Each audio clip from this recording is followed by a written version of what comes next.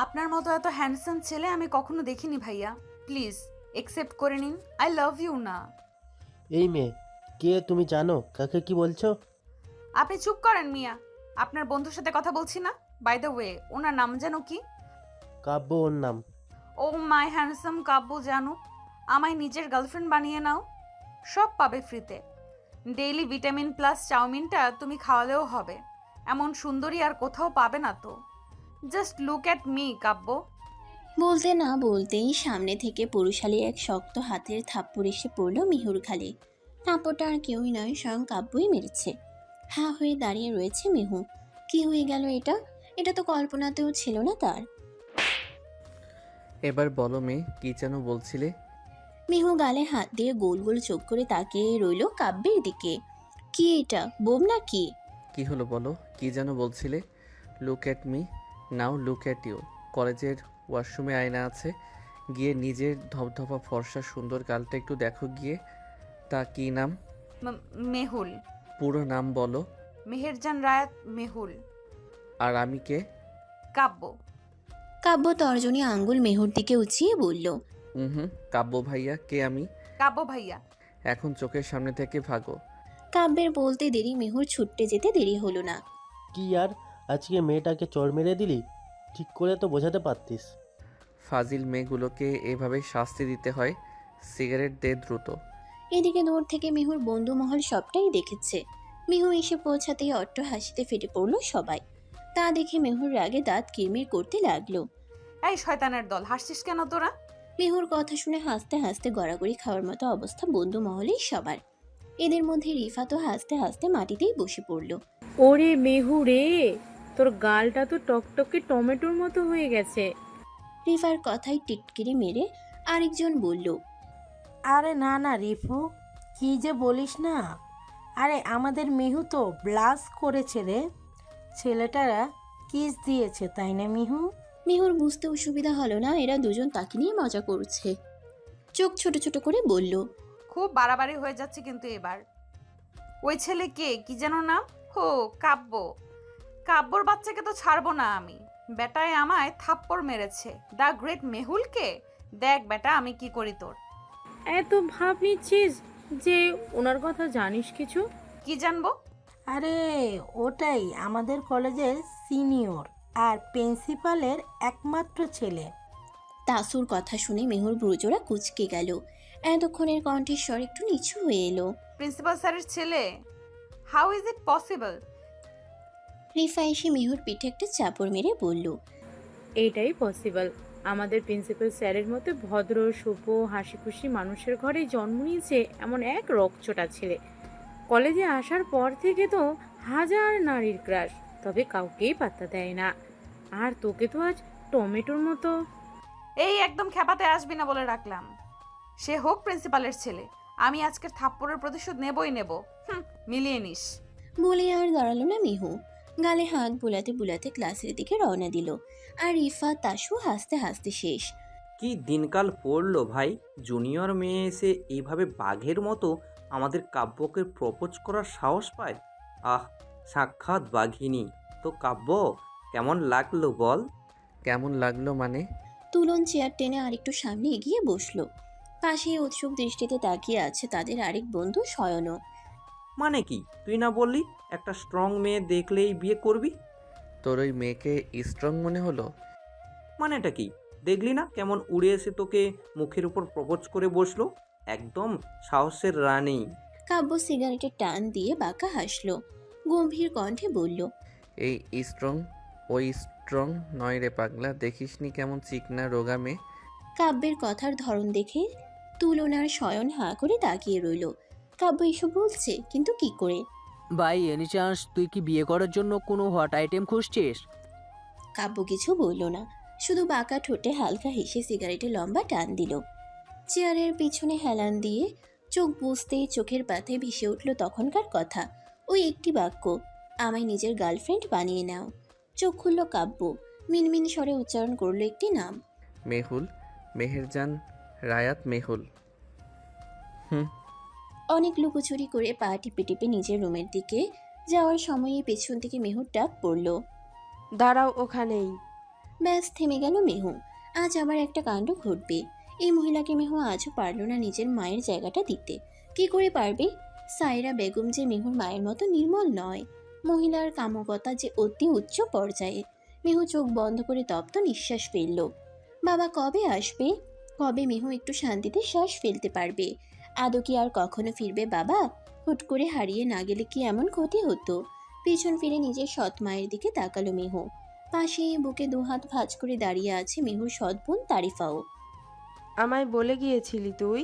যাওয়ার সময় খুঁজে পাইনি আপনাকে। আর কত মিথ্যা বলবি তুই? ইচ্ছে করে আম্মুকে বলে যাসনি। আমি বলছি তো খুঁজে পাইনি, তখন দেরি হয়ে যাচ্ছিল তার উপর। কথাটা বলে শেষ করতে পারেনি তার আগেই সাইরা বেগম মিহুর বাঁ গালে কষিয়ে এক থাপ্পড় মারল। সাথে সাথেই ছিটকে দূরে সরে গেল মিহু।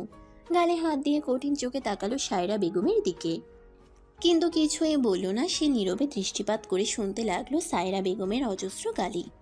পরদিন কলেজের ফ্রেশার্স ওয়েলকাম উপলক্ষে বিশাল আয়োজন করা হয়েছে বলতে গেলে। মিহু এবার সেকেন্ড ইয়ার, তাই মঞ্চ অনুষ্ঠানে সে অংশ নিয়েছে। নাচটা সে মূলত শখের বশেই করে মাঝে মধ্যে, তবে গতকাল রিফা আর তাসু বেশ জোর করেই তার নামটা দিয়ে দিল। তাই এখন মেহুকে স্টেজে উঠতেই হবে যে করে হোক। একরাশ বিরক্তি নিয়ে সকালে রিফার সাহায্যে একটা শাড়ি পরেছে সে। শাড়িটা রিফারই বাড়ি থেকে যে এমন সেজেগুজে বের হওয়ার অনুমতি বা সাহস কোনোটাই নেই মিহুর। নিজের পারফরম্যান্স শেষ হতেই রিফা আর তাসুর কাছে ছুটে এলো মিহু।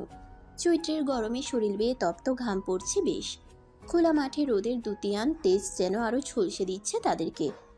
তাসু মিহুর ঘেমে নিয়ে ওঠা অবস্থা দেখে বলল, এক কাজ কর, আমরা আগে একটা রুমে গিয়ে একটু জিরিয়ে নিই, তারপর না হয় আসবো আবার। আবার আসবো মানে? ফিরতে হবে বাড়ি। আমি জানিয়ে আসিনি ওনাকে। অনুষ্ঠান শেষ হতে হতে তো সন্ধ্যা, থাকবি না? না না, ততক্ষণ থাকা সম্ভব না দোস্ত, তোরা তো জানিসই সবটা। আচ্ছা, আগে একটা ক্লাসরুমে চল, একটু বাতাস খাই, রেস্ট নেই, তারপর ফিরবো তিনজনই। তাসুর কথায় বাকি দুজনে সম্মতি জানালো। নিচতলায় ক্লাসরুমগুলো খুবই গঞ্জনাপূর্ণ দেখে তিনজন মিলে তৃতীয় তলার কর্নারে একটি খালি রুমে গিয়ে বসলো। মিহু বসেই টেবিলের উপর মাথা এলিয়ে দিয়েছে। রিফা জিজ্ঞেস করলো, কিরে, ক্লান্ত লাগছে? ঘুম আসছে খুব, একটু পর ডেকে দিস তো। আচ্ছা ঘুমা তুই, আমরা আছি। তোরা থাক, আমি বরং ঠান্ডা কিছু নিয়ে আসি। বলেই তাসু নিচে চলে গেল। রিফা আর মিহু রয়ে গেল রুমে। ঘুম হালকা হতেই মনে হলো কেউ যেন তার চুলের ভাঁজে আলতোভাবে হাত বুলিয়ে দিচ্ছে বারংবার। কিন্তু কে সে? পুরোপুরি ঘুম ভাঙতেই আড়মোড়া ভেঙে মাথা তুলে বসলো মিহু। হালকা অন্ধকারাচ্ছন্ন রুমটা কেমন যেন ভুতুড়ে ঠেকছে তার কাছে। কিঞ্চিত ভয় পেল মিহু। কাপা কাপা কণ্ঠে বার কয়েক ডাক পারল রিফা আর তাসুকে, কিন্তু তাদের কেউই উত্তর দিল না। বরং মেহুর ভয়কে আরো এক ধাপ বাড়িয়ে দেওয়ার জন্য ভেসে এলো এক অদ্ভুত পুরুষালী কণ্ঠ। ওদের ডেকে লাভ নেই সুইটহার্ট, চলে গেছে তারা। বুকটা ধক করে উঠল মেহুর। ভয় জিজ্ঞেস করে উঠল, কে আপনি? লোকটার চেহারা ঠিক মতো দেখতেও পারছে না মেহু অন্ধকারের জন্য। আর না সে নিজের কোনো সঠিক পরিচয় দিচ্ছে। লোকটির পায়ের আওয়াজ ক্রমশই যেন এগিয়ে আসতে লাগলো মেহুর কাছে, সাথে তার ছায়াও। তা দেখে মেহু কয়েক কদম পিছিয়ে যেতে লাগলো ধীর পায়ে। পিছিয়ে যাচ্ছ কেন মেয়ে? তোমায় সাহায্য করার জন্যই তো এসেছি। নিজের শরীর দেখানো তোমার কাজ, আমি তো তাই। মেহুর সহ্য হলো না। বেখেয়ালি হাতেই কষিয়ে এক থাপ্পড় মারল ছেলেটির গালে। তারপর ছুটে গিয়ে দরজার কাছে পৌঁছানোর আগেই ছেলেটি পেছন থেকে হ্যাঁচকা টানে নিজের কাছে এনে দেয়ালের সাথে চেপে ধরল মিহুকে। মিহুর যেন প্রাণ আটকে যাচ্ছে অজানা এক আতঙ্কে। খুব করে বুঝতে পারছে খারাপ কিছু ঘটতে চলেছে তার সাথে। তবুও নিজেকে বাঁচানোর প্রচেষ্টার ভয়ে মিহু হাত পা ছোড়াছুড়ি করতে লাগলো। কিন্তু পুরুষালী শক্তির সাথে কি আর পেরে উঠে সে? না পেরে চিৎকার করতে নিলেই লোকটি তার মুখ চেপে ধরলো। হিসিয়ে বলল, শাড়ি কেন পরেছিস তুই? তোর পেট কেন দেখা যাচ্ছে বল? ছেলেদের আকৃষ্ট করছিস নিজের শরীর দিয়ে, এখন কর। মেয়েও কিছু বলতে পারছে না, শুধু ছটফট করছে সে। মনে মনে ওপরওয়ালাকে স্মরণ করছে বারবার। বেশ অনেকক্ষণ ধস্তাধস্তির পর লোকটা যেন নিচ থেকেই ছেড়ে দিল তাকে। আর এক মুহূর্তও দাঁড়ালো না মিহু। দরজা খুলে বেরিয়ে এলো রুম থেকে। পেছনে তাকানোর সাহসটুকুও নেই যেন। বের হতেই দেখলো সন্ধ্যা পেরিয়ে রাত বাড়ছে। ফিরতে হবে তাকে খুব দ্রুত। শাড়িখানা পাল্টানোর কথা থাকলেও এখন রিফাদের বাড়িতে গেলে আরো দেরি হবে। তাই আর কিচ্ছু না ভেবে মেহু ছুটে চলল বাড়ির দিকে। অন্ধকারে ঘেরা রুমটাতেই বসে আছে কাব্য, সাথে আছে তুলনার শয়নও। কাজটা কি আদৌ ঠিক করেছিস তুই কাব্য? এভাবে মেয়েটাকে ভয় দেখাতে গেলি কেন? কাব্য দাঁতে দাঁত চেপে নিজের রাগকে সামলানোর চেষ্টা করলো, কিন্তু পারলো আর কই। হিসিয়ে বলে উঠল, বেশ করেছি, ভয় দেখিয়েছি। ওই মেয়ে কেন শাড়ি পরবে ওভাবে? ছেলেগুলো কিভাবে তাকিয়েছিল দেখিসনি? তুলন এসে বসলো কাব্যের পাশে, বলল, ওসব হয়তো ইচ্ছে করেই করেছে মেয়ে। যাই হোক, ও যা ইচ্ছে করুক, তোর এতে তো রাগ হওয়ার কারণটা আমি বুঝতে পারছি না। কাব্য কঠিন দৃষ্টিতে তাকালো তুলনের দিকে। তা দেখে তুলন আমতা আমতা করে বলল, আরে রাখছিস কেন? অনেক মেয়েই তো এভাবে বাজেভাবে থাকে, তুই ওকে নিয়ে পড়লি কেন? প্রশ্নের উত্তরটা কাব্য নিজেও জানে না। তখন মেহু যখন স্টেজে সবার সামনে নাচছিল, তখন ওই শাড়ি পরা রমণীতে চোখ আটকে যায় কাব্যের। দিক বিদিক ফুলে ওই মেহুর দিকেই এক পলকে তাকিয়ে রইল তখন কাব্য। কি ছিল ওই মুহূর্তে মেয়েটার মাঝে? কি? পুরো সময়টা মুগ্ধতায় কাটলেও হুট করে কাব্যের নজরে পড়ল মেহুর শাড়ির ভাঁজে উন্মুক্ত পেট। আর কিছু ছেলে দৃষ্টি ওখানেই আটকে ছিল। মাথা গরম হয়ে গেল কাব্যের। তাই তো মেহুর নাচ শেষে তাদেরকে ফলো করে এখানে অবধি পৌঁছালো সে। এসেই দেখল কি নিদারুণ ঘুমে বিভোর হয়ে রইল মেয়েটি। রিফাকে ভয় দেখানো কাব্যের বা হাতের কাজ। কলেজের বেশিরভাগ স্টুডেন্টই কাব্যকে এমনিই ভয় পায়, তার মধ্যে রিফাও একজন। মেয়েটি চাইছিল না মেহুকে একা ছাড়তে কাব্যের কাছে, কিন্তু কিছু করার ছিল না। দরজা দিয়ে নিজের ইচ্ছের বিরুদ্ধে বের হওয়ার সময়ও বারবার আকুতি মিনতি করে বলছিল, ভাইয়া প্লিজ কিছু করবেন না ওর সাথে। ওই দিন যা করেছে সবটা আমার দোষ। আমি ডেয়ার দিয়েছিলাম। ও খুব ভালো মেয়ে, প্লিজ যাইতে দিন ওরে। মেহুর বাড়িতে সমস্যা হবে। কিন্তু কাব্য একটু গ্রাহ্য করল না রিফার কথাকে। ভয় দেখিয়ে বের করে দিল। তারপর চুপটি করে এসে বসে রইল ঘুমন্ত মেহুর সামনে একটা টেবিলের উপর। ঠিক কত ঘন্টা ওভাবে কাটলো তার হিসেব নেই। ফ্যানের তুখর বাতাসে মেহুর এলোমেলো চুলগুলো যখন মুখে এসে পড়ল, তখন আলতো হাতে সেগুলো ঠিক করতে গেলে ঘুম ভেঙে গেল মেহুর। আর তারপর তো মেহু যেখানে ঘুমিয়েছিল ওই টেবিলের দিকে দৃষ্টি পড়তেই দেখলো মেহুর ফোন আর পার্সটা ওখানেই রয়ে গেছে। তা দেখে কাব্যের মাথায় এলো মেহু ফিরবে কি করে, পার্স তো এখানেই। কিছু একটা ভেবে সেগুলো হাতে তুলে নিয়ে তুলনকে বলল, রিফার নম্বর আছে না তোর কাছে? হ্যাঁ। কল দিয়ে বল মেহুর অ্যাড্রেসটা আমাকে সেন্ড করতে তাড়াতাড়ি। বলি আর এক মুহূর্ত দাঁড়ালো না কাব্য। দ্রুত রওনা দিল মেহুর বাড়ির উদ্দেশ্যে। অ্যাড্রেস অনুযায়ী মেহুদের ফ্ল্যাটে পৌঁছাতেই দূর থেকেই চাপা চেঁচামেচির আওয়াজ পেল সে। কাছে গিয়ে দেখলো মেহুদের ফ্ল্যাটের সদর দরজাটা খোলাই। সামনেই একটা মহিলা মেহুকে নিজের চরম রাগ নিয়ে থাপ্পড় দিচ্ছে। কাব্য ভাবলো এটা হয়তো মেহুর মাই। তাদের মামির মাঝে কথা বলাটা ঠিক হবে না ভেবেই দরজায় নক করলো সে। সাথে সাথেই থেমে গেল সায়রা বেগম। মেহুও ফিরে তাকালো দরজার দিকে। কাব্যকে দেখে রীতিমতো অবাক সে। এই লোকটা এই মুহূর্তে কোথা থেকে এলো এখানে? সায়রা বেগম তীক্ষ্ণ চোখে কাব্যের দিকে তাকিয়ে জিজ্ঞেস করে, কি চাই? কাব্য হাতে থাকা মেহুর পার্স আর মোবাইলটা এগিয়ে দিয়ে বলল, মেহু, তোমার মোবাইল আর পার্সটা ফেলে এসেছো তুমি? কথাটা কানে যেতেই সায়রা বেগম কর্কট কণ্ঠে মেহুকে জিজ্ঞেস করলো, এই ছেলেটা কে? সত্যি করে বল। কলেজের সিনিয়র ভাই। উত্তরটা যেন পছন্দ হলো না সায়রা বেগমের। এগিয়ে গিয়ে কাব্যের হাত থেকে মেহুর পার্স আর মোবাইলটা এক প্রকার ছিনিয়ে নিয়ে বলল, ঠিক আছে, এবার যাও তুমি। কাব্য কথা বাড়ল না। মামির ব্যাপার ভেবে সরে এলো সেখান থেকে। পরদিন ক্যাম্পাসের মাঠের এক কোনায় বেশ অনেকক্ষণে বসে আছে কাব্য, তুলনার শয়ন। মূলত এটা কাব্যেরই কাজ, কিন্তু এভাবে এখানে বসে থাকার কারণ খুঁজে পেল না তুলনার শয়ন। এক প্রকার বিরক্ত হয়েই বলে উঠল, দোষ আর কতক্ষণ? প্রায় 1.5 ঘন্টা হলো। কাব্য ভাই, বসে আছিস মাঠের মাঝখানে, সবাইকে আমরা দেখছি, আর আমাদেরও সবাই দেখছে। স্যার যদি একবার এই বিষয়টা দেখে কি হবে ভাবতে পারছিস তুই? এই এতক্ষণে কাব্য মুখ খুলল। বাবা কিছু বলবে না? তোর বাপ তোকে ভয় পায়, কিন্তু আমাদের তো না। তোর রাগ আমাদের উপর ঝাড়বে স্যার। রিফাকে একটা কল দে তো। হঠাৎ কাব্যের এমন কথায় বাইকের উপর থেকে নেমে দাঁড়ালো তুলন।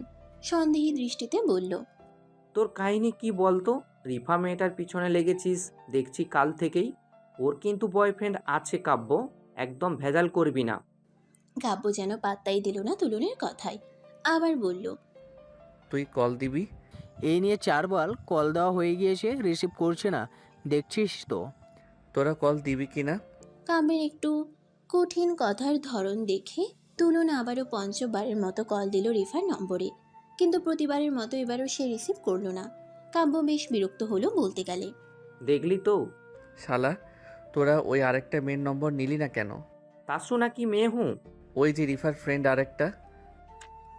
শয়ন সাথে সাথে আঙ্গুল উঁচিয়ে বলল, আবার কোন মেয়ে?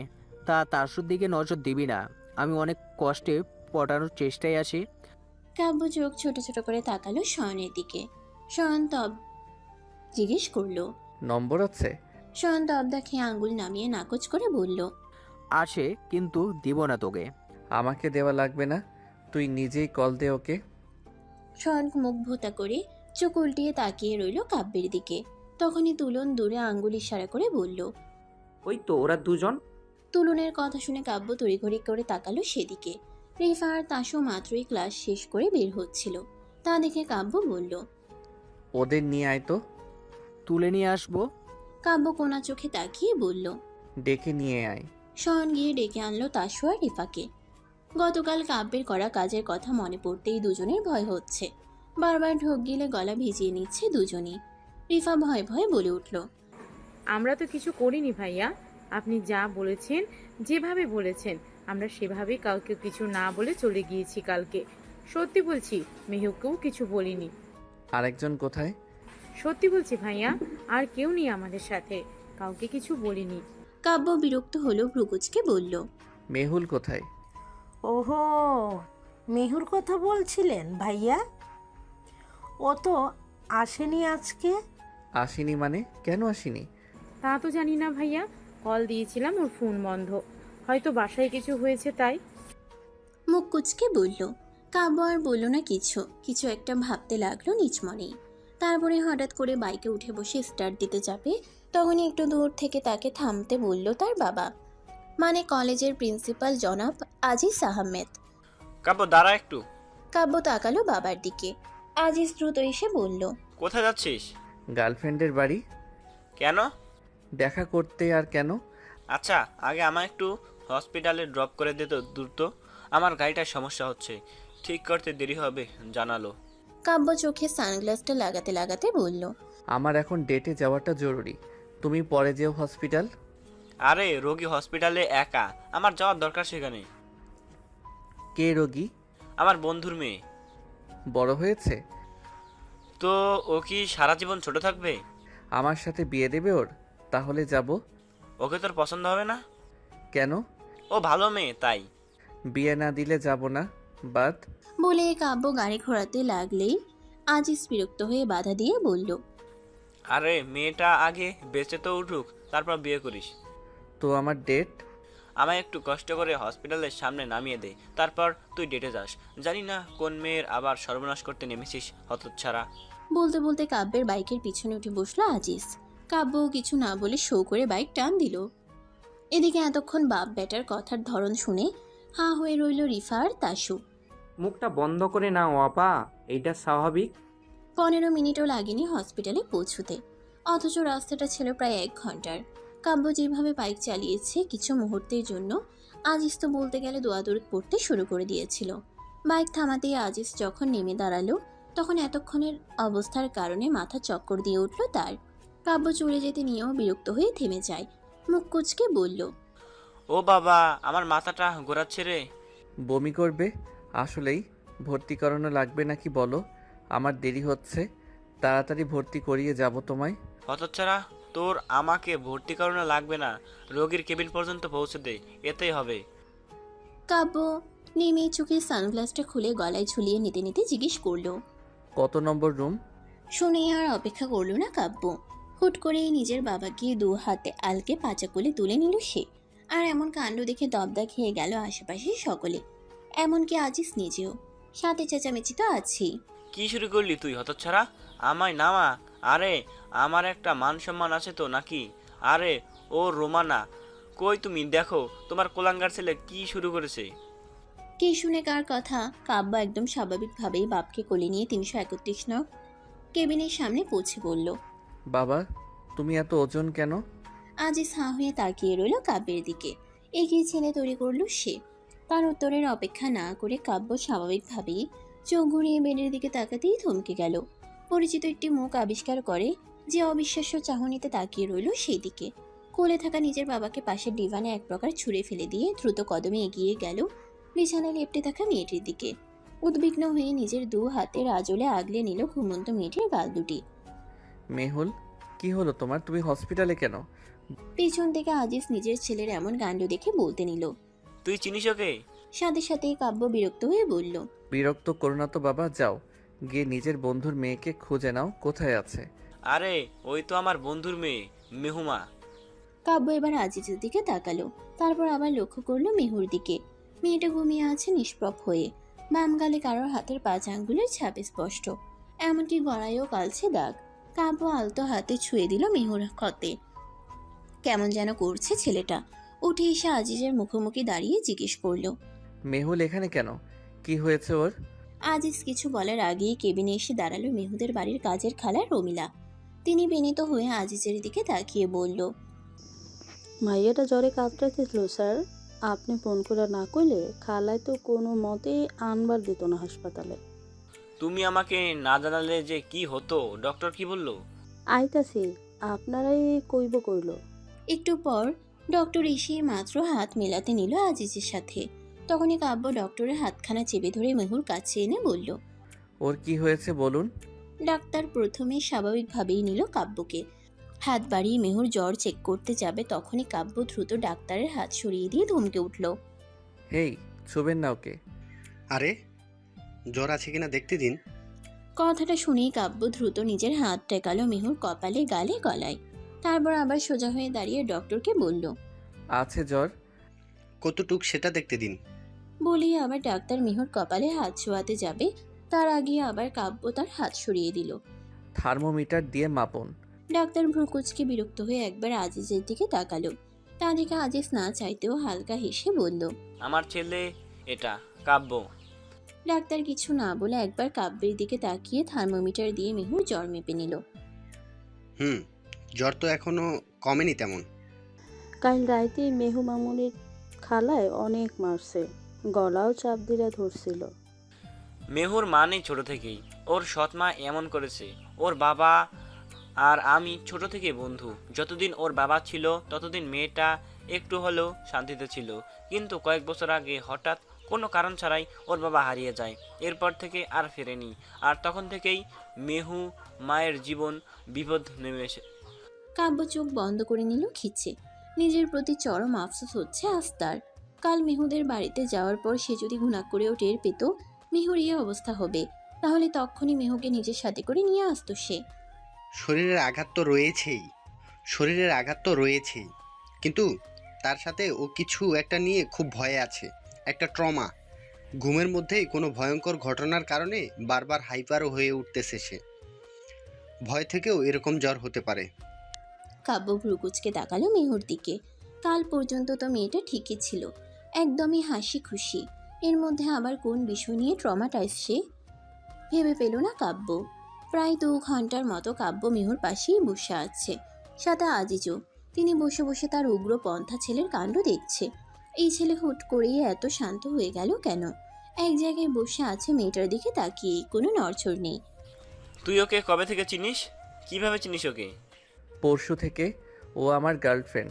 তুই আমার সাথে ইয়ার্কি মারিস হতচ্ছাড়া? তুই আমার সাথে ইয়ার্কি মারছিস হতচ্ছাড়া? পরিচয় হয়েছে 2 দিনও হয়নি ঠিক মতো, ও তোর গার্লফ্রেন্ড হলো কি করে? তোমার লজ্জা করছে না নিজের ছেলের প্রেম কাহিনী শুনতে চাইছো যে? কথার মাঝেই কানে ভেসে এলো মেহুর গোঙানির শব্দ। তা শুনিয়ে কাব্য ছুটে গেল বেডের কাছে। মেহু থেকে থেকে কেঁপে উঠছে বারবার, বিড়বিড় করে কিছু একটা বলছে ঘন ঘন। কাব্য ডাকলো কয়েকবার উদ্বিগ্ন হয়ে, মেহুল, এই মেহুল, কি হয়েছে? এমন করছো কেন তুমি? মেহু ধীরে ধীরে যেন আরো হাইপার হয়ে উঠছে। কথাগুলো অস্পষ্ট বলে কাব্য নিজের মাথাটা এগিয়ে নিয়ে শুনতে লাগলো মেহু কি বলছে। কে আপনি? আমায় ছাড়ুন, আমাকে যেতে দিন। রিফা, আমায় বাঁচা, আমায় ছেড়ে দিন প্লিজ। কাব্যের বুকটা ধক করে উঠল। মেয়েটা ভয় পাচ্ছে। গতকাল কাব্যের করা কাজের জন্যই মেহুর এই অবস্থা।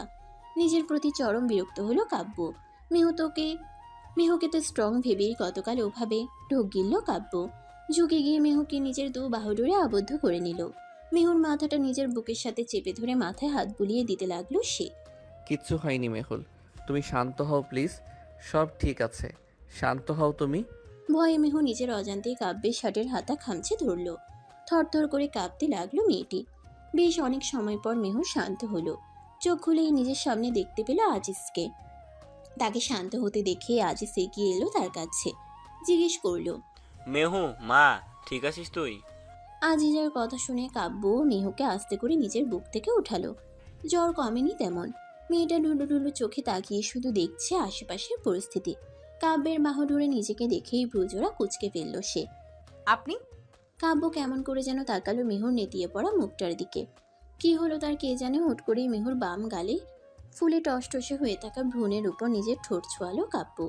দু হাত দিয়ে আগলে ধরল মেহুর নরম কোমল গাল দুটি। বেশ শব্দ করে চুমু খেয়ে আলতো করে মেহুর কপালে নিজের কপাল ঠেকালো কাব্য। কণ্ঠে কতটা মাদকতা তার, বলে উঠল, I am sorry Mehul, sorry for everything, please forgive me. Mehu তো জমে রইল কাব্যের সে অদ্ভুত কাণ্ড থেকেই। কি করছে এসব লোকটা, আর সরি বা বলছে কেন হঠাৎ? বুঝে উঠতে পারল না মেহু। কোনো প্রকারে জবাব দিল না। কাব্য হুট করে ঠিক করে বসে শক্ত কণ্ঠে মেহুকে বলল, এবার আর কিচ্ছু হতে দেব না তোমার। আজ এই এক্ষুনি থেকে আর একটাও আঁচ লাগতে দেব না আমি তোমার গায়ে। তারপরে হুট করে কাব্য আজিজের দিকে তাকিয়ে বলল, আব্বু আমি এক্ষুনি বিয়ে করব, কাজী ডাকো। হ্যাঁ কাব্যের কথা শুনে শুধু যে আজিজ স্তব্ধা খেয়েছে তা কিন্তু নয়, তার সাথে সাথে হাঁ করে রইল কেবিনে উপস্থিত বাকিরাও। ডক্টর একবার কাব্যের দিকে তো একবার আজিজের দিকে তাকাচ্ছে খালি। সেটাকে আদেও ঠিক শুনলো? সে কি আদেও ঠিক শুনলো? আজিজের বুকে ইতোমধ্যেই চিনচিন ব্যথা শুরু হয়ে গেছে। এই ছেলে কি বলছে তার, এখনই বিয়ে করবে মানে? ওরে বাপজান, তোর মাথা কি ঠিক আছে বাবা? বিয়ে করবি মানে কি? হ্যাঁ হ্যাঁ বিয়ে করবো, আর এক্ষুনি করবো। তুমি কাজী ডাকো কুইক, সন্ধ্যা হয়ে যাচ্ছে আব্বু। আরও দেরি হলে আমাকে এবার বাসর রাতের বদলে বাসর দিন করতে হবে। আজিজ স্তব্ধা খেয়ে হেলে পড়ল সোফায়। এদিকে মেহু এসবের কিছুই বুঝতে পারছে না। কাব্য ছেলেটি হঠাৎ এত বিয়ে পাগল হলো কেন? আব্বু তুমি কাজী ডাকবে না তো? ঠিক আছে, আমি ব্যবস্থা করছি। বলেই কাব্য পকেট থেকে ফোন বের করে নিজের মাকে কল দিল। রিসিভ করতেই, হ্যালো বাবা। আম্মু আমি বিয়ে করব এক্ষুনি। তোমার বরকে বলো এক্ষুনি কাজী ডাকতে এখানে, না হলে আমি কিন্তু এলাহি কাণ্ড ঘটিয়ে ফেলবো বলে দিলাম। ও মা, এ কি কথা বাবা? বিয়ে করবি মানে কি? হুট করে বিয়ে? আর মেয়েকে কাকে তুই বিয়ে করতে চাইছিস?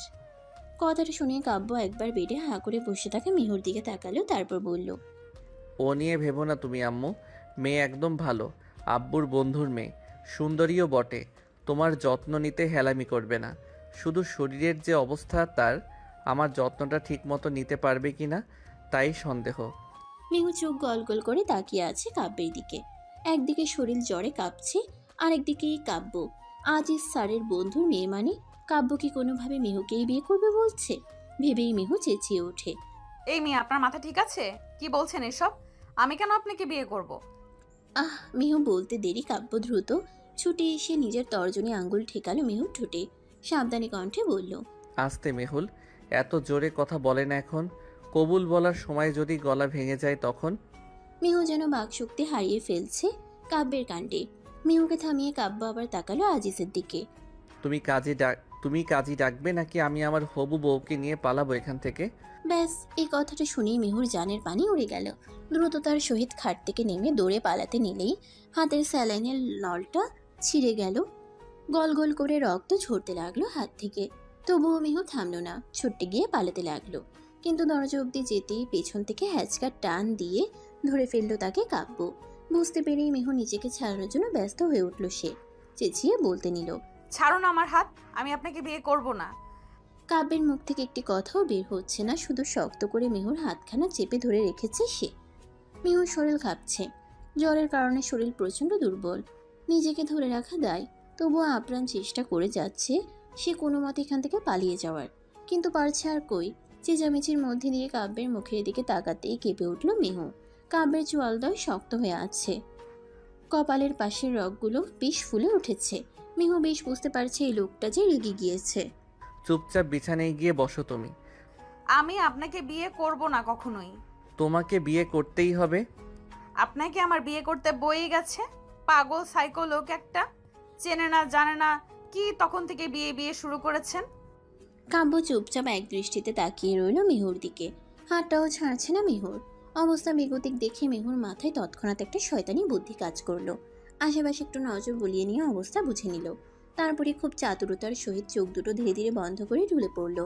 তা দেখে পেছনে হেলে পড়ে যাওয়ার আগেই কাব্য মিহুল বলে হালকা চেঁচিয়ে ধরে ফেললো তাকে। হুট করিয়ে এতক্ষণের আগে চটচটে ভাবটা কোথায় যেন গায়েব হয়ে গেল। চোখে এসে ভিড় করলো একরাশ ভয়। উদ্বিগ্নতায় ঘেরা চোখ দুটি নিয়ে ঘন ঘন মিহুর গালে চাপড় দিয়ে ডাকতে লাগলো। পাশে শুয়ে থাকা ডিফানি মিহুকে বসিয়ে তার মাথাটা নিজের বুকের সাথে হেলিয়ে রাখলো কাব্য। ডক্টর, আপনি ওখানে দাঁড়িয়ে করছেনটা কি? এদিকে আসুন। দেখছেন না মেহুল জ্ঞান হারিয়েছে? কাব্যের কথায় এতক্ষণে ডক্টরেরও যেন হুঁশ এলো। দ্রুত এগিয়ে গিয়ে চেক করলো মিহুকে, তারপর বলল, অতিরিক্ত স্টেজের কারণে এমন জ্ঞান হারিয়েছে। আপনি ওর সাথে এত রুড বিহেভ করবেন না প্লিজ। ওসব ছাড়ুন, ওর জ্ঞান ফিরবে কখন? কিছুক্ষণ পরেই। এইদিকে দুষ্টু মিহু মনে মনে ভিংচি কেটে ভাবতে লাগলো, উফ, একটু পরে এই পাজি সাইকোটা আমাকে ছাড়ার আগে কোনো মতেই আমি চোখ খুলবো না। একবার ছাড় তুই আমায়, তারপরেই আমি পগার পার। আব্বু, তুমি কি কাজী ডাকবে না পণ করেই নিয়েছো? আমার বাবা জান, তুই একটু শান্ত হ, একটু ভেবে দেখ একটু মেয়েটার বিষয়ে। ঝোঁকের মাথায় তুই জোর করে মেয়েটাকে বিয়ে করে নিবি, তারপর যা হবে। তুই যদি ওকে পরে ছেড়ে দিস তাহলে হয়তো তোর কিছুই যায় আসবে না, কিন্তু মেহুমায়ের অনেক বড় ক্ষতি হয়ে যাবে রে কাব্য। আজ একটু নিজেরটা ছেড়ে মেহুর কথা ভাব। আমি ভেবেই বলছি সব। আজিজ পারছে না তার উগ্রপন্থী ছেলেকে বুঝাতে। চেঁচামেচি না করে এবার একটু সুন্দরভাবে বোঝানোর উদ্দেশ্যে কাব্যের পাশে এসে বসলো আজিজ। করুণ কণ্ঠে বলল, বাবা, একটু মেয়েটার কথা চিন্তা কর। গত কয়েক বছর ধরে ওর অবস্থা আমি দেখে আসছি। আমার বন্ধু শমিউল হারিয়ে যাওয়ার পর থেকে মেয়েটার জীবন নরকের থেকেও খারাপ হয়ে গেছে। সৎ মায়ের আর সৎ বোনের অত্যাচার সহ্য করতে করতে মেয়েটা ক্লান্ত। সবার সামনে কত হাসি খুশি থাকে নিজেকে একটু ঠিক রাখার জন্য। আমি চাই ওর স্বামীর সংসারটা যেন সুখের হয়। বাবা, তুই এখন ওকে বিয়ে করে যদি নিজের খাইশ অনুযায়ী মেয়েটাকে চালনা করিস তাহলে মেয়েটা আরো কষ্ট পাবে। বাবা, এইটুকু বোঝার চেষ্টা কর। তুই তো চাইলে আরো কত মেয়েকে পেয়ে যাবি। বাবা, ওকে ছেড়ে দে। বাবা, আমি কি নারী পাচার করছি যে একে ছেড়ে আরো কয়টা তুলে নেব? আজব। আর কি বললে? ওর সুখ? মিহুকে আগলে নিয়ে ওর কপালে আলতো করে একটা চুমু দিয়ে কাব্য বলল, আমি তো আমার বউকে অনেক ভালোবাসবো, অনেক সুখে রাখবো। এবার তোমরা দুজন, মানে তুমি আর আম্মু, কি নিজেদের পুত্রবধূর উপর অত্যাচার করবে যে ও সুখে থাকবে না? যদি এমন হয় বলো, আমি আজ রাতের মধ্যেই অন্য ফ্ল্যাট ভাড়া করছি। বিয়ে করেই বউকে নিয়ে সেখানে উঠব। আজিজের মাথায় হাত। এই ছেলেকে নিয়ে কি করবেন তিনি? আমরা কেন অত্যাচার করব? আমার তো তোকে নিয়ে ভয়। আচ্ছা, তুই নিজের মাথায় হাত রেখে বল, মেহুমাকে কখনো কষ্ট দিবি না? কাব্যের শুনতে দেরির সাথে সাথেই মিহুর মাথায় হাত রাখতে দেরি হলো না। আমার বউয়ের দিব্যি দিয়ে বলছি, ওকে কখনো কষ্ট দেব না আমি, কখনো না। এদিকে মিহু চোখ বন্ধ করেই ভিমড়ি খেয়ে উঠল। এই বেটা আমার দিব্যি কেন দিচ্ছে? আমি তো মরেই যাব এবার। পাজিটা ছাড়তেও চাইছে না যে আমাকে, পালাবো কি করে? এদিকে মিহুর চোখের পাতা নড়চড় করতে দেখে তার মুখের দিকে তাকিয়ে রইল কাব্য ভ্রুকুচকে। একটু পর্যবেক্ষণ করতেই কাব্য বুঝে ফেলল মিহুর নাটক। গোপনে ঠোঁট বাঁকিয়ে হাসলো একটু সে, তারপর সরাসরি আজিজের দিকে তাকিয়ে বলল, তুমি কাজই ডাকবে না তো আব্বু? ঠিক আছে, আমি ব্যবস্থা করছি। বলে পকেট থেকে ফোন বের করে তুলনকে কল দিল কাব্য। রিসিভ করতেই, হ্যাঁ ভাই বল। এক্ষুনি হসপিটাল আসবি তুই, শয়ন, আর সাথে করে কাজী খুঁজে আনবি দ্রুত।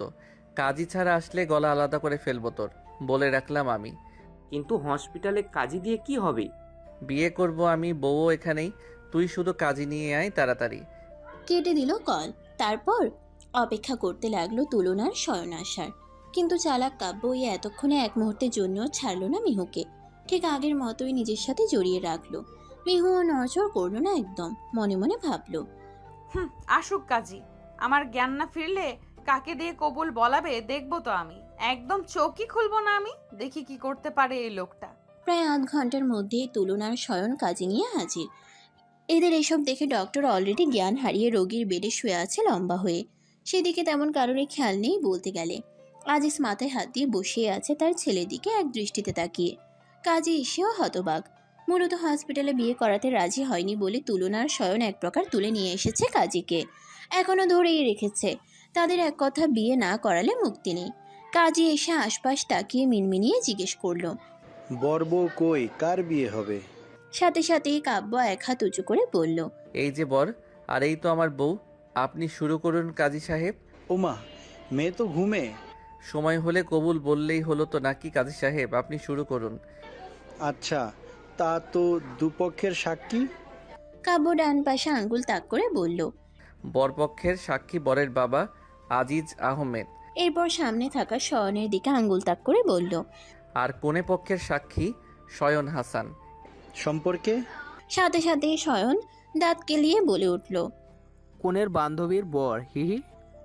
হ্যাঁ নয় হ্যাঁ, আপনি দ্রুত শুরু করুন কাজী সাহেব। কাজীও বাধ্য হয়ে বিয়ে পড়ানো শুরু করলো। কাব্যকে কবুল বলতে বললে কাব্য দ্রুতই বলে দিল। এরপর কাজী বলল, এবার তো মেয়ের কবুল বলতে হবে, কিন্তু মেয়ে তো। কাব্য আঙ্গুলের ইশারা করে বলল, 1 মিনিট সময় দিন আমায়। বলেই সাথে সাথে মেহুকে চেপে নিজের আরেকটু কাছে নিয়ে আসলো। শক্ত করে জড়িয়ে ধরে মেহুর কানের কাছে মুখ নিয়ে ফিসফিস করে বলল, বৌরানী, পিছনে কিছু একটা অনুভব করছো? মেহু তো খুবই চালাক, উত্তর দিল না। ঝিম মেরে পড়ে রইল কাব্যের বুকে। তার অভিনয় দেখে কাব্য বাঁকা এসে আবার বলে উঠল, ঠিক আছে, আমি অনুভব করাচ্ছি একটু।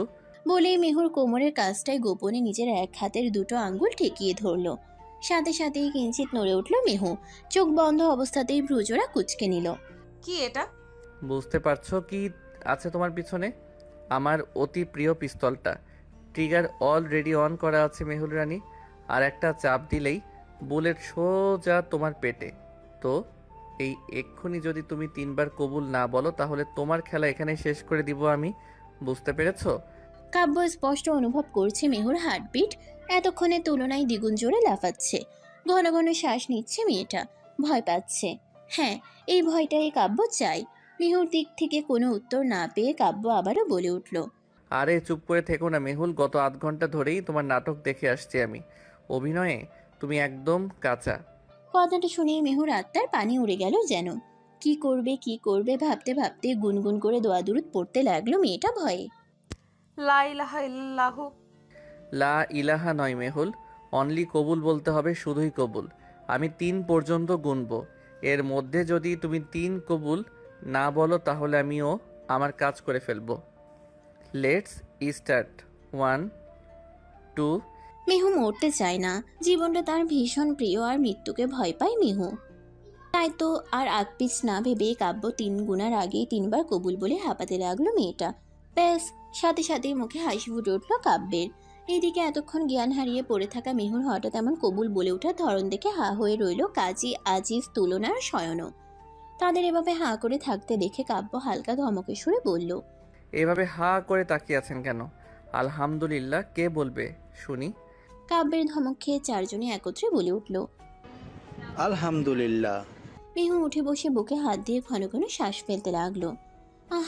কাব্য কি স্বাভাবিকভাবে মেহুর মাথায় হাত বুলাতে বুলাতে বলল, এতক্ষণ একভাবে বসে থাকতে থাকতে ঝিমিয়ে গিয়েছো মনে হয়। যাও মেহুল, একটু এদিক সেদিক হেঁটে এসো। মেহু দ্রুত তাকালো নিজের পিছনে। পিস্তলটা না দেখতে পেয়ে কাব্যের মুখের দিকে তাকিয়ে জিজ্ঞেস করে বসলো, ও ওটা কোথায়? কোনটা মেহুল? আপনার ওটা? ছি ছি মেহুল, কি বলছো এসব সবার সামনে? আমার ওটা তো। মেহু চরম বিরক্ত হয়ে বলল, ছি, বদলোক অসভ্য ছেলে, পিস্তলটা কোথায়? এ কথা শুনে কাজী সাহেবের প্রাণ হুক্কা হুয়া হয়ে গেল। দ্রুত নিজের তল্পি তল্পা গুছিয়ে নিয়ে দরজা ধরে বোধর। পেছন থেকে তুলন ডাকতে ডাকতে বলল, কাজী সাহেব, আরে ও কাজী সাহেব, কোথায় যাচ্ছেন? আরে আপনার টাকাটা তো নিয়ে যান। কাজী ছুটতে ছুটতে উত্তর দিল, আমার টাকা লাগবে না মশাই, বাইচা থাকলে আমি 2 দিন না খেয়ে থাকুম, তাও আমার টাকা লাগবে না, জায়গা। হ্যাঁ, বিয়েটা ঠিক এমন অদ্ভুতভাবেই সম্পন্ন হয়ে গেল। কাব্য আর মেহুর। কাব্যের কাহিনী দেখে মেহু এতক্ষণে বুঝে গেল যে কাব্যের কাছে কোনো পিস্তলই নেই। শুধুই মেহুকে ভয় পাইয়েছে পাজি লোকটা। আব্বু, আমি আমার বউকে নিয়ে বাড়ি যাব, ব্যবস্থা করো তুমি। আজিজ হাঁ হয়ে তাকালো কাব্যের দিকে, বলল, মেহু তো অসুস্থ বাবা। কাব্য তাকালো মেহুর দিকে। মেয়েটার আগে ফুঁসছে। তা দেখে কাব্য হালকা হেসে মেহুর কপালে পড়া চুলগুলো কানের পিঠে গুজে দিয়ে বলল, বিয়ে করলে সব অসুস্থতা দূর হয়ে যায়। যেমন দেখো, এই যে আমার বউ একদম সুস্থ এখন, তাই না বউ? মিহু এক ঝাপটায় কাব্যের হাতটা সরিয়ে দিল নিজের। তা দেখে একটুও রাগলো না কাব্য, উল্টো বলল, ওহো, বুঝতে পেরেছি বউ।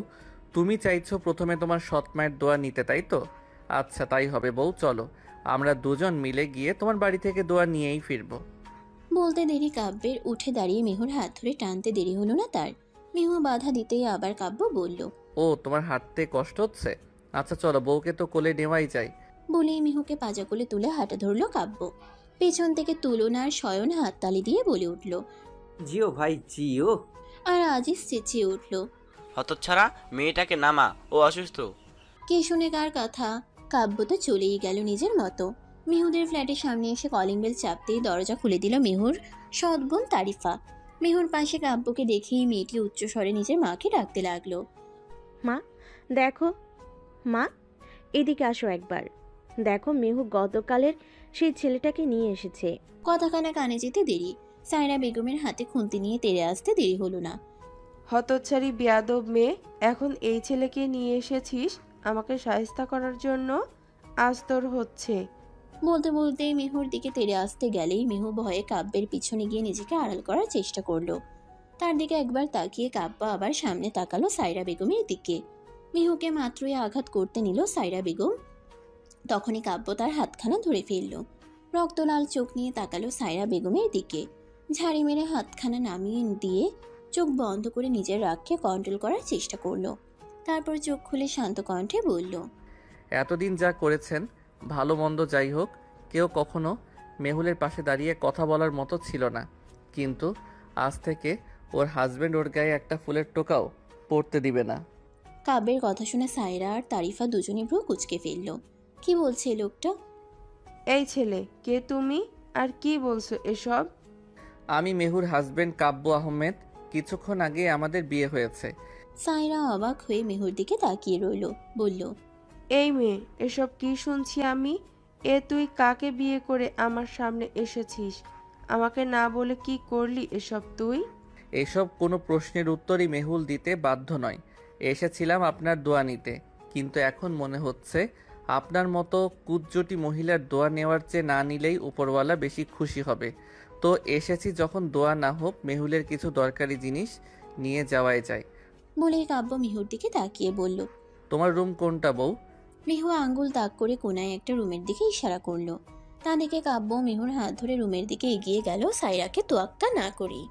এদিকে এদের এমন কাণ্ড দেখে সায়রার ভিতরে যেন আগুনের ফুলকি ঝরতে লাগলো। রুমে ঢুকেই ঠাস করে দরজা আটকে দিল কাব্য। মিহুকে নিয়ে বিছানায় বসিয়ে বলল, ব্যাগ কোথায় তোমার? মিহু বুঝতে পারলো না কাব্য আসলে করতে চাইছেটা কি। আপনার উদ্দেশ্য কি? উদ্দেশ্য, আপাতত তোমার বইপত্র ব্যাগে ভরবো, তারপর বউ আর বই নিয়ে তোমার শ্বশুর বাড়ি যাবো, বুঝলে? মিহু আর ব্যাগ খুঁজে দিতে হলো না। কাব্য নিজেই এদিক সেদিক খুঁজে মেহুর ব্যাগ বের করলো। তারপর মেহুর পড়ার টেবিলের সামনে গিয়ে বেছে বেছে প্রয়োজনীয় বইগুলো ব্যাগে ভরে নিল। এছাড়াও প্রয়োজনীয় সকল কাগজপত্রও নিয়ে নিল কাব্য নিজেই। ব্যাগ গুছিয়ে নিয়ে বিছানার উপর মেহুর ফোনটা দেখে সেটিও নিজের পকেটে পুরে নিল। আমার ফোন কেন নিলেন আপনি? বিয়ের আগে তুমি কয়টা ছেলের সাথে লাইন মেরেছো জানতে হবে না? মেহু নাক কুচকে তাকালো, কিন্তু কিছুই বলল না। কাব্য ব্যাগটা কাঁধে নিয়ে মেহুর হাত ধরে বলল, চলো বউ। 1 মিনিট। মেহুর কথায় কাব্যও দাঁড়ালো। মেহু কাব্যের হাত ছাড়িয়ে নিয়ে এগিয়ে গেল নিজের রুমের আলমারির দিকে। সেটি খুলে বেশ ভিতর থেকে ছোট্ট একটি খাঁচ আঁকা বক্স বের করলো ধীরে সুস্থে। আলতো হাতে বক্সটি খুলে হাতে নিল একটি নূপুর, রূপার নূপুর এটি। মেহুর মায়ের শেষ স্মৃতি এই নূপুরটাই। নূপুরটিকে নিজের মুখের সামনে নিয়ে সেথায় ঠোঁট ছোঁয়ালো সে। তারপর আবার নূপুরটি বাক্সে নিয়ে এগিয়ে এলো কাব্যের কাছে। এবার চলুন।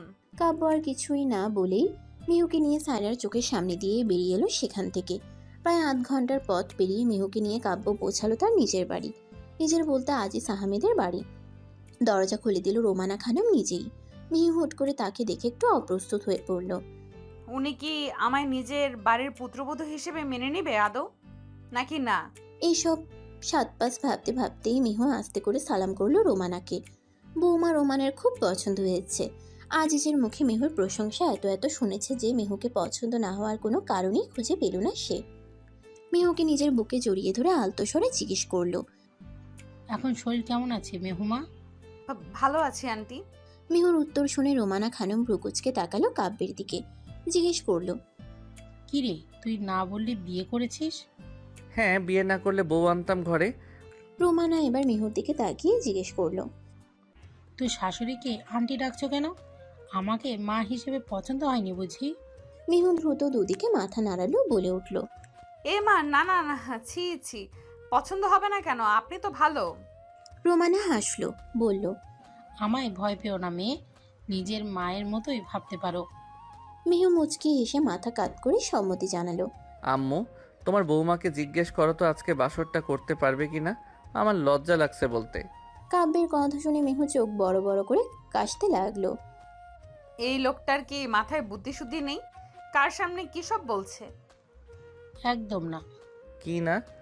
মিহু অসুস্থ, হসপিটাল থেকে নিয়ে এসেছিস মেনে নিলাম, কিন্তু ওই অসুস্থ হওয়ার আগে এসবের জন্য একদম জোর করা যাবে না। ততদিন ও আমার রুমে ঘুমাবে। কাব্য শুনেই সবল কণ্ঠে প্রতিবাদ জানালো। এসবের মানেটা কি? হ্যাঁ, আমি এত কষ্ট করে বিয়ে করলাম, ঘরে বউ আনলাম, আর আমার বউকে আমার সাথে থাকতেই দেওয়া হবে না? তাহলে বিয়ে কেন করলাম? অত শত বুঝি না আমি। মিহুমা, তোমার কোনো আপত্তি আছে? মিহু তো যেন হাতে চাঁদ পেয়ে গেল, বলল, না না আম্মু, আপনি একদম ঠিকই বলেছেন। আর এই লোকের সাথে আমি কিভাবেই বা ঘুমাবো? এসব কি কথা? কথার মাঝেই মিহুর মাথাটা কেমন চক্কর দিয়ে উঠল। তাকে টলতে দেখে কাব্য ছুটে এসে ধরল তাকে। মেহুল, ঠিক আছো তুমি? মিহু নিজেকে সামলে নিয়ে বলল, ঠিক আছে, একটু দুর্বল লাগছে আর কি। কাব্য, তুই বৌমাকে নিয়ে রুমে যা, আমি কিছু খাবার পাঠিয়ে দিচ্ছি, খেয়ে একটু রেস্ট করো। কাব্য সম্মতি জানিয়ে মিহুকে নিয়ে নিচে রুমে গেল। তাকে বিছানার বোর্ডের সাথে হেলান দিয়ে বলল, থাকো তুমি, আম্মু আসবে একটু পর। আমি কিছু ড্রেস নিয়ে আসছি তোমার জন্য, এরপরে না হয় চেঞ্জ করে নিও। মিহু মুখ ভেঙচি কেটে বলে উঠল, আদিক্ষেতা কম দেখান আপনি। আপনার উদ্দেশ্য কি বলুন? এইভাবে আমায় বিয়ে কেন করেছেন? মানুষ বিয়ে করে কেন? প্রথমে কয়েকদিন বউকে খাওয়ার জন্য, আর এরপর বাচ্চা কাচ্চা পালনের জন্য। আমিও তোমাকে খাওয়ার জন্যই বিয়ে করেছি। তোমার মতো সুন্দরী কি আর পাবো বলো? ফালতু বকছেন কেন? আজাইরা পাগল একটা। যা বলার বলো, কিন্তু এখান থেকে পালানোর চেষ্টা করলে খবর আছে। আমি 20 মিনিটের মধ্যেই ফিরে আসছি। একটু পরেই রোমানা এসে মিহুকে নিজ হাতে খাইয়ে দিল। তারপর বলল, তুমি না হয় এখন একটু রেস্ট নিয়ে নাও, কাব্য আসলে তখন চেঞ্জ করে নিও। মিহু ও রোমানার কথায় সাই জানিয়ে বিছানায় কাত হয়ে শুইল। কখন যে চোখ লেগে এসেছে বুঝতেই পারল না মিহু। টাটকা ঘুম ভেঙেছে পরদিন সকালে একদম, তাও চকচকে আলো চোখে পড়ায়। আর মোড়া ভেঙে এক চোখ খুলতেই দেখল বিছানার পাশের বড় জানালাটা খোলা। বিরক্ত হয়ে মিহু ঘুম ঘুম কণ্ঠে বলে উঠল, জানলাটা কেন খুলেছেন? তেরা মার্কা কথা কানে যেতেই ভ্রু কুচকে উঠে বসলো মিহু। সামনে তাকিয়ে দেখলো কাব্য সোফায় বসে শো পড়ছে। পরনের জামা কাপড় দেখেই বোঝা যাচ্ছে ভার্সিটির জন্য রেডি সে। ভার্সিটির নামটা মাথায় আসতেই মিহু লাফিয়ে উঠল বিছানা থেকে। আল্লাহ, আজ আমার অ্যাসাইনমেন্ট জমা দিতে হবে। বলেই মিহু এদিক সেদিক না তাকিয়ে সোজা গিয়ে নিজের ব্যাগটা খুলে অ্যাসাইনমেন্ট পেপারগুলো আর বইপত্র নিয়ে খাটের কোনায় বসলো। বিড়বিড় করে দ্রুততার সহিত লিখতে লিখতে বলল, আল্লাহ, আজ আমি শেষ। কাব্য ভ্রু কুচকে দেখলো পাগলের কাণ্ড। পরক্ষণেই ধীর পায়ে উঠে গিয়ে আস্তে করে দাঁড়ালো মিহুর পেছনে। বেচারি অ্যাসাইনমেন্ট লিখতে এতটাই ব্যস্ত ছিল যে কাব্যের এত কাছাকাছি আগমন টেরই পেল না সে। হঠাৎই নিজের পেটের কাছটে কারো শীতল হাতের স্পর্শ পেতেই থমকে গেল মিহু। কাব্যের নামটা মাথায় আসতেই মাথা ঘুরিয়ে দেখতে নিল তাকে, কিন্তু তার আগেই কাব্য উষ্ণ স্পর্শে ঠোঁট ছোঁয়ালো মিহুর উন্মুক্ত কাঁধে। জমে গেল যেন মিহু। থরথর করে কাঁপতে লাগলো তার ঠোঁট দুটি। কাঁপা কণ্ঠে বিড়বিড় করে বলে উঠল, কি করছেন কি আপনি কাব্য ভাইয়া? কাব্য শুনল না। তার স্পর্শগুলো গভীর থেকে গভীরতর হচ্ছে যেন। ধীরে ধীরে মিহুর গলা বেয়ে যখন কাব্য মিহুর ওষ্ঠে ওষ্ঠ ছোঁয়াবে, তখনই মিহু দ্রুত হাত দিয়ে কাব্যে ঠোঁট চেপে ধরল। মুহূর্তেই থেমে গেল কাব্য। তাকিয়ে দেখলো মিহুর ভয় ভীতিযুক্ত চোখ দুটি। ইস, কি মায়া, কি মায়া! মেয়েটা বেশ দারুণভাবেই কাব্য করে নিয়েছে কাব্যকে। মিহুর হাতটা নিজের ঠোঁটের উপর থেকে সরালো কাব্য। তারপর সে হাতের উল্টো পিঠে একটা চুমু এঁকে দিয়ে বলল, ফ্রেশ হয়ে রেডি হয়ে নাও। ওই যে আলমারিতে তোমার ড্রেস আছে, আর বাকি সবও। অ্যাসাইনমেন্টের বাকিটুকু আমি করে দিচ্ছি ততক্ষণে। সত্যিই করে দেবেন? হ্যাঁ, দিচ্ছি। তুমি ফ্রেশ হয়ে নাও। আমার বিশ্বাস হচ্ছে না। আপনি যদি শত্রুতামি করে আমার বাকি অ্যাসাইনমেন্টটুকু নষ্ট করে দেন তখন? মিহুর কথা শুনে কাব্য ভ্রু কুঁচকাল। হাত উঁচিয়ে বলল, একটা চট দেব ফাজিল মেয়ে। তোমার মতো নাকি আমি যে নষ্ট করে দেব? যাও গিয়ে ফ্রেশ হয়ে নাও। আপনার উপর বিশ্বাস নেই আমার। আর একটাও কথা বাড়ালে কলেজে যেতে দেব না তোমায়। যাও এখন। অগত্যা মিহুকে যেতেই হলো ফ্রেশ হতে। ফ্রেশ হয়ে এসে দেখলো কাব্য অলরেডি বাকি অ্যাসাইনমেন্টটুকুও কমপ্লিট করে ফেলেছে। এতে মিহু একটু খুশি হলো বটে। যাক, লোকটা এতটাও খারাপ নয়। রেডি হয়ে দুজন নিচে এসে নাস্তা করে নিল। মেহু, মা, আমার সাথে গাড়ি করে চলো তাহলে। আমার বউ আমার সাথে বাইকে করেই যাবে। তোমার গাড়িতে নেওয়ার ইচ্ছে হলে নিজের বউকে নিয়ে যাও। আজিজ ক্ষেপে রোমানার দিকে তাকিয়ে বলল, দেখলে রোমানা, দেখলে কি অসভ্য হয়েছে তোমার এই ছেলেটা। আমি আঙ্কেলের সাথেই বাড়ি যাব গাড়ি করে। মিহুর কথা শুনে কাব্য তার দিকে চোখ পাকিয়ে বলল, একটা চট দেব ফাজিল কোথাকার। আগের মতো উঠতে চাও কেন? তোমার যে বিয়ে হয়েছে ভুলে গেছো তুমি? স্বামীর আদেশ মানতে হয় জানো না? একদম আমার সাথে ঝগড়া করতে আসবেন না, বাড়ি ছেড়ে চলে যাব কিন্তু। এক পা বাইরে রাখার সাহস করো না, তারপর হচ্ছে তোমার। আহা, কি শুরু করলি তোরা বলতো? যাওয়ার আছে জানা। মেহুর ইচ্ছে হলে ও না হয় আজিজের সাথেই যাক, ওইটুকু তো পথ। কাব্য বাবা, আম্মু, তুমি আর আব্বুর মতো একটা ভিলেন থাকলে আমার আর শান্তিতে বউয়ের সাথে সংসারটাও করা হবে না, আর জীবনে তোমারও নাতি নাতনির মুখ দেখা হবে না। কথাটা কানে যেতেই কাশি উঠে গেল মিহুর। কাব্য দ্রুত তাকে পানি এগিয়ে দিল। মিহুর কাশি থামতেই কাব্য আবার বলে উঠল, আমার বউ আমার সাথেই যাবে, আর না হয় কলেজে যাওয়া বন্ধ। কাব্যের কথার উপর আর একটা কথাও কেউ বলতে পারল না। অগত্যা মিহুকেও বাধ্য হয়ে কাব্যের বাইকে করেই কলেজ যেতে হলো।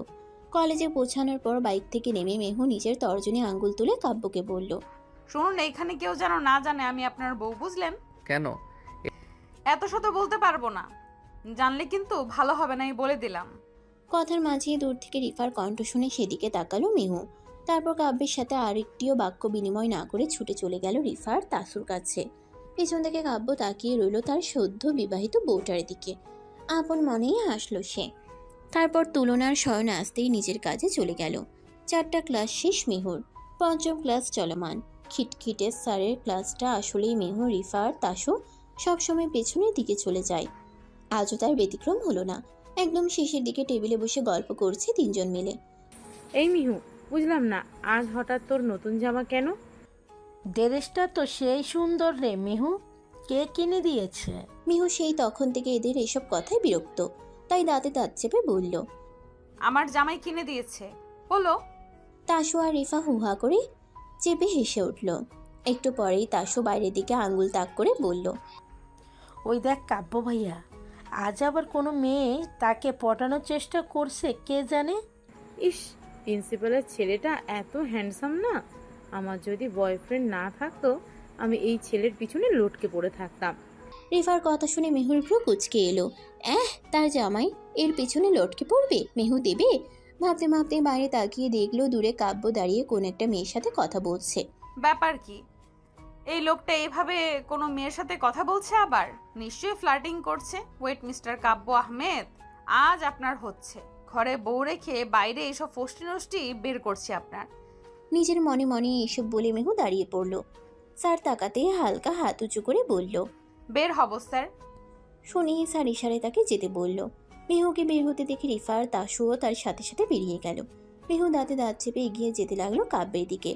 তা দেখে পেছন থেকে রিফার তাসুও এগিয়ে যেতে যেতে বলল, এই মা, এই মেয়েটা কাব্য ভাইয়ের কাছে কেন যাচ্ছে? ওরে মেহু, তোর কি আজ আবার থাপ্পড় খাওয়ার শখ জেগেছে নাকি রে? ওই দেখ, ওই দিকে কেন যাচ্ছিস? মেহু এদের কথার একটারও উত্তর দিচ্ছে না। একদম গিয়ে স্থির হলো কাব্যের সামনে গিয়ে। চুপচাপ বুকে দুহাত গুজে দাঁড়িয়ে শুনতে লাগলো তাদের কথা। কাব্য চুপ। অপরিচিত মেয়েটির কথা শুনিয়ে বোঝা যাচ্ছে সে কাব্যকে ইমপ্রেস করতেই এসেছে। হঠাৎ মেহুকে এভাবে তাদের মাঝে এসে দাঁড়িয়ে থাকতে দেখে মেয়েটি বিরক্ত হয়ে বলল, এই মেয়ে, দেখতে পাচ্ছ না আমরা পার্সোনাল কথা বলছি? এখানে কেন এভাবে দাঁড়িয়ে আছো? মেহু একদম চেঁচালো না, শান্ত কণ্ঠে জিজ্ঞেস করলো, নাম কি তোমার? সুরভি। কেন, তোমার কি দরকার? মেহুর হঠাৎ এমন আগমনে বেশ উপভোগ করছে কাব্য। আর একটু ফিল নিতে সে বুকে দুহাত গুজে ভাঁজ করে পেছনে থাকা বাইকটায় হেলান দিয়ে দাঁড়ালো। ঠোঁটের কোণে তার মিটমিটে হাসি। এখান থেকে চলে যাও। মেহুর এমন কাণ্ড দেখে রিফা ভয়ে পেছন থেকে মেহুর হাত টেনে ধরল। ফিসফিস করে বলল, মেহু, কি করছিসটা কি? কাবু ভাইয়া মেরেই ফেলবে তোকে। মেহু আস্তে করে রিফার হাতটা ছাড়িয়ে নিয়ে বলল। রাখ তো তোর কাব্য ভাইয়া। বলেই কাব্যের দিকে এক কদম এগিয়ে গেল মেহু। আর তুমিও কি সকালে একটা কিস করতে দেইনি বলে রাগ করে এখানে অন্য মেয়ের সাথে কথা বলবে? আজব। মেহুর এমন কথায় রিফা আর তাসুর চোখ বড় বড় হয়ে গেল। কি বলছে এই মেয়ে? মাথা কি ঠিক আছে মেহুর? কাব্য কেমন চুপ করে মেহুর দিকে তাকিয়ে আছে। মেহু বিরক্তিতে উচ্চারণ করে আরেকটু এগিয়ে গিয়ে হুট করে কাব্যের দুগালে দুটো চুমু খেলো। তারপর নিজের তর্জনী আঙ্গুলটা কাব্যের ঠোঁটের উপর ঠেকিয়ে হাসকি স্বরে বলল, আপাতত এই দুটোই থাক, এইটাটা না হয় বাসায় গিয়ে দিব যান, এখানে মানুষ দেখবে। বেবি, এবার রাগটা কমাও একটু। এদিকে সুরভি অবাক হয়ে রইল। মেহুর প্রতি চরম বিরক্ত হয়ে বলল, এই মেয়ে, কাকে কি বলছো? মাথা ঠিক আছে তোমার? দ্য গ্রেট কাব্য আহমেদও। আর তুমি প্লিজ যাও তো এখান থেকে। বলতে বলতেই মেহুকে একটা ধাক্কা দিয়ে সরিয়ে দিতে নিলে কাব্য ধরে ফেলল মেহুকে। সুরভির দিকে চোখ রাঙিয়ে বলল, এই মেয়ে একদম আমার বউয়ের দিকে হাত বাড়াবে না, ভেঙে ফেলবো হাত। কাব্যের কথায় অবাক সুরভি, রিফা, তাসুও। কি হচ্ছে এখানে কিছুই তো বুঝতে পারছে না কেউ। এরপরই কাব্য মেহুর কোমরে হাত পেঁচিয়ে মেহুকে নিজের কাছে আরেকটু টেনে এনে কেমন নেকি সুরে বলল, দেখো না বউ, এই মেয়েকে সেই কখন থেকে বলছি আমি বিবাহিত, আমার একটা সুন্দরী বউ আছে, তাও মানছে না। কাব্যের কথা শুনে মেহু চোখ ছোট ছোট করে তাকালো সুরভির দিকে। মেয়েটা যেন তবদা খেয়ে গেল। আমতা আমতা করে বলল, তোমরা হাজব্যান্ড ওয়াইফ? হ্যাঁ, এবার থেকে আর কখনো যেন আমার বরের পেছনে ঘুরঘুর করতে না দেখি। যাও এখন। আম সরি, সো সরি। মেয়েটা একরকম লজ্জা নিয়ে দ্রুত প্রস্থান করলো জায়গা থেকে। এদিকে রিফা মেহুর উদ্দেশ্যে বলল, এই মেহু, এসবের মানে কি? আমরা তো কিছুই বুঝতে পারছি না। মেহু কিছু বলার আগে কাব্য উত্তর দিল, তোমার বান্ধবী আর আমি গতকালই বিয়ে করেছি, তাই এখন থেকে সে আমার ওয়াইফ। এবার বুঝেছো? কেমনে কি? কাব্য বাইকে উঠতে উঠতে বলল, ওসব তুলনা শয়নে থেকে শুনে নিও, এখন আমাদের যেতে হবে, চলো বউ। মেহু মুখ ভেঙচি করে বলল, আমি আঙ্কেলের সাথে যাব। পাওনা জিনিস নিতে হবে আমার তাড়াতাড়ি। ভরা ক্যাম্পাসে মাইর খেও না বউ, চুপচাপ বাইকে উঠে পড়ো। মেহুর আগে ক্ষোভে পারছে না চিৎকার করতে। রিফা আর তাসুর থেকে বিদায় নিয়ে কাব্যের বাইকে উঠে বসলো। তারপরে কাব্য শো করে ছুটিয়ে নিল বাইকটি। কাব্যের বাইকটি বাড়ি এসে থামতেই মেহু নেমে বাড়ির ভেতরে গেল। কাব্য বাইক পার্ক করে ভেতরে আগালো। ড্রয়িং রুমে আসতেই চোখে পড়ল মেহু আর রোমানা খানমকে। সোফায় রোমানা খানমের কোলে মাথা রেখে শুয়ে আছে মেহু। কাঁধের ব্যাগটাও রেখে আসেনি রুমে মেয়েটা। কাব্য একটা হাফ নিঃশ্বাস ফেলে সোফার উপর থেকে মেহুর ব্যাগটা নিয়ে রুমে চলে গেল ফ্রেশ হতে। সেদিকে মেহুর কোনো খেয়াল নেই বলতে গেলে।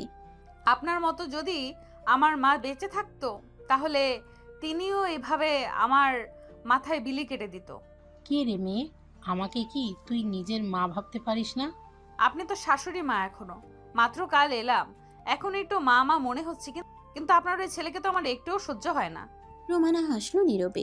মেহুর কথা একটু রাগ করছেন না তিনি, বরং এটা ভেবে খুশি হচ্ছে মেয়েটা তাকে আপন ভাবতে শুরু করেছে। এটাই তো অনেক। আমার ছেলে কি এমন করলো তোর সাথে যে তুই ওকে সহ্য করতে পারছিস না? কি করলো মানে? দেখেননি কাল কেমন জোর করে বিয়ে করে নিয়ে এসেছে আমাকে? নেহাত আমার ওই বাড়ি থাকতে ইচ্ছে করে না বিধায় বিয়েটা করে এলাম, না হলে আমার বয়েই গেছে অমন ছেলেকে বিয়ে করতে। বাহ, এত অপছন্দ করিস আমার ছেলেকে? তা নয়তো কি বলুন, আপনার যা ছেলে আপনি ভাবুন, গতকাল উনি বিয়ে করেছেন আমায়, কোথায় একটু বউকে সময় দিবে তা না করে ভার্সিটিতে মেয়েদের সাথে দাঁড়িয়ে দাঁড়িয়ে কথা বলছে উনি। একবার চিন্তা করে দেখুন তো, ওই মেয়েগুলোর সাথে কথা বলতে বলতে গিয়ে যদি প্রেম হয়ে যায় তখন আমার কি হবে? বলুন তো। ওমা, সে কি কথা? কাব্য বুঝি অন্য মেয়ের সাথে কথা বলছে আজও? তা নয়তো কি? আমি কি মিথ্যা বলছি কিছু? বলুন। না, একদম ঠিক তুই। দাঁড়া, আজ বেরিয়ে আসুক কাব্য, ওর হচ্ছে আজ। মেহু হঠাৎ করেই রোমানার কোমর জড়িয়ে উল্টো হয়ে শুয়ে পড়ল।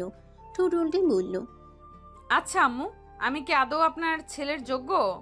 ওমা, তুই যোগ্য হবি না কেন? তুই তো লক্ষ্মী মেয়ে একটা। এমন মেয়ে সহজে পাওয়া যায়? আমার ছেলে তো একটা হীরা খুঁজে এনেছে আমার জন্য। উনি তো অনেক স্মার্ট, সুন্দর, ওনার জন্য আরো কত ভালো শিক্ষিত ফ্যামিলির মেয়ে পাগল। আর আমি তো... তুই কি, হ্যাঁ, তুই তো আমার মেয়ে রে, তোর ওই সব মেয়েদের সাথে তুলনা করা লাগবে না, বুঝলি? আর কখনো যেন এসব না শুনি। আর শোন, যদিও আমি জানি আমার ছেলে এইসব নিয়ে কখনো তোকে কিছু বলবে না, তাও যদি বলে তুই সোজা আমায় বলবি, বুঝলি? আমি আচ্ছা করে বকে দেবো ওকে। মিহু গাল প্রসারিত করে হাসলো। রোমানা খানমকে আরেকটু শক্ত করে জড়িয়ে ধরে বলল, আপনি এত মিষ্টি কেন আম্মু? মিহুর কথায় রোমানা খানমও হেসে দিল। সন্ধ্যার পর মিহু ড্রয়িং রুমে বসে টিভি দেখছিল। তখনই উপর থেকে কাব্যের ডাক ভেসে এলো। মেহুল, একটু রুমে এসো তো। মিহু সাথে সাথেই সমস্বরে উত্তর দিল, পারবো না। পাশ থেকে আজিজ বলে উঠল, কি ব্যাপার, আজ কাব্য এই সময় বাড়িতে? ঘরে বউ থাকতে বাইরে আড্ডা দিতে যাবে কেন? এর মধ্যেই আবারও কাব্যের ডাক ভেসে এলো। মেহুল, এবার না আসলে আমি নিচে গিয়ে কোলে তুলে নিয়ে আসবো কিন্তু।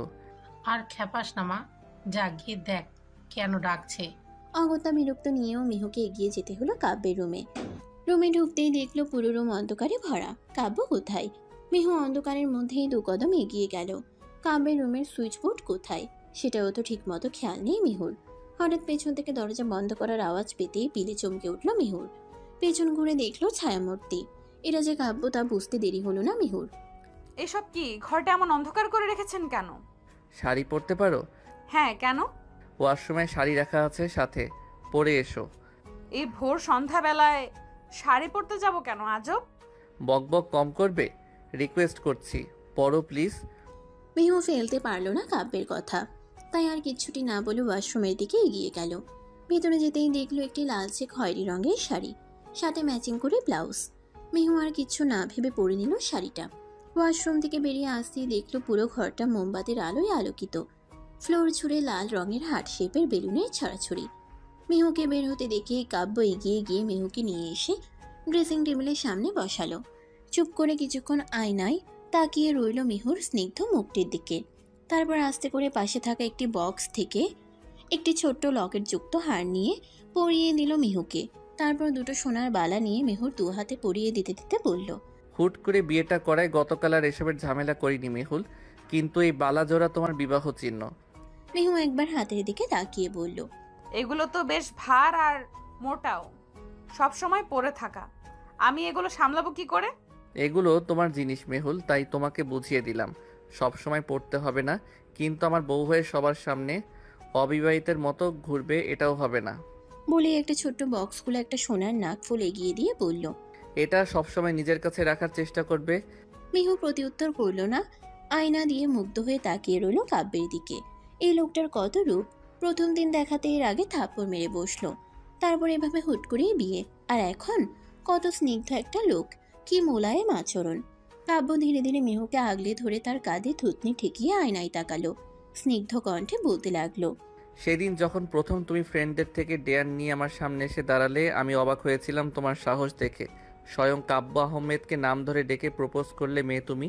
তবে তোমার বাজে ধরন দেখে চরম রাগ হয়েছিল বটে, তাই তখন এই নরম গালে আমি থাপ্পড় মেরে দিয়েছিলাম। সরি পাখি। বলেই আলতো করে মিহুর গালে গাল ঘষে দিল কাব্য। মিহুর শরীরের রন্ধ্রে রন্ধ্রে কেঁপে উঠছে কাব্যের এমন স্পর্শে। মুখ দিয়ে কিছুই বের করতে পারছে না যেন। কিন্তু প্রথম যেদিন তোমার স্টেজে শাড়ি পরা দেখলাম, সেদিন আমার কিছু একটা হয়েছিল। আমি এই প্রথমবারের মতো মুগ্ধ নয়নে কোনো মেয়েকে এতটা সময় ধরে পর্যবেক্ষণ করছিলাম, কিন্তু পরক্ষণেই যখন দেখলাম কয়েকটা ছেলে তোমার দিকে অন্যভাবে তাকিয়ে আছে, খুব রাগ হলো আমার। হুট করে এমন হওয়ার কারণ খুঁজে পেলাম না। আমি শুধু এটুকুই বুঝেছিলাম যে এই মেয়েটা শুধু আমার, কলেজের ফাজিল মেয়েটাকে আমার চাই। তাই তো সেদিন রাগের মাথায় অন্ধকার রুমে এইটুকু কানে যেতেই চোখ বড় বড় করে পেছন ফিরে কাব্যের দিকে তাকালো মিহু।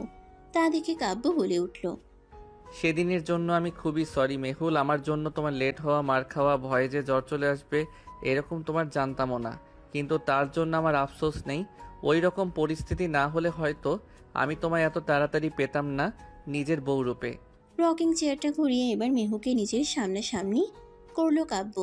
একগুচ্ছ গোলাপ মিহুর দিকে এগিয়ে দিয়ে বলল, বিয়ে তো করে নিয়েছি, কিন্তু সম্পর্কে বিশ্বাস ভালোবাসা খুবই জরুরি। আমি তোমাকে ভালোবাসি মেহুল পাখি, বলো গ্রহণ করবে আমায়? মিহু অবাক চোখে তাকিয়ে রইল কাব্যের দিকে। চোখের পানি টলমল করছে তার।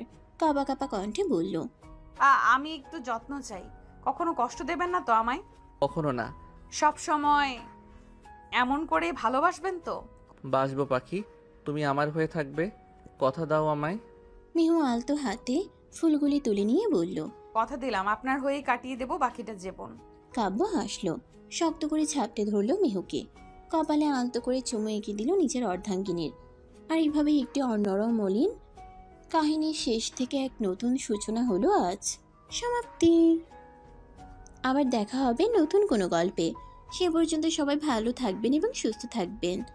আল্লাহ হাফিজ।